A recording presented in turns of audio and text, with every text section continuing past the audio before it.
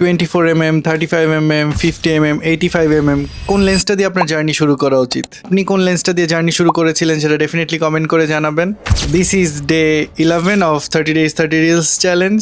আমি অলওয়েজ সবাইকে 50mm lens suggest করে আসছি যে আপনার শুরুর জার্নিতে যদি আপনি 50mm লেন্স দিয়ে স্টার্ট করেন সেই ক্ষেত্রে আপনি বেটার রেজাল্ট পাবেন। কিন্তু এখনের টাইমটা অনেকটা চেঞ্জ হয়ে গেছে, কারণ এখন আপনার কাছে অনেক অপশনস অ্যাভেলেবেল। আপনি যদি একটা ক্রপ ফ্রেম বডি দিয়ে স্টার্ট করেন আপনার জার্নি, সেই ক্ষেত্রে আপনি একটা সিগমা 30mm DCDN নিতে পারেন 1.4, অথবা আপনার বাজেট যদি আর একটু লো থাকে আপনি Viltrox 25mm or 35mm f1.7 try করতে পারেন। যদি ফুল ফ্রেম বডি দিয়ে স্টার্ট করতে চান আপনার জার্নি, সেই ক্ষেত্রে আপনার বাজেট ভালো হইলে আপনি Viltrox 85mm f1.4 প্রো লেন্সটা দেখতে পারেন, অথবা Samyang 85mm f1.4 Mark II যেটা আমি ইউজ করি সেটা দেখতে পারেন।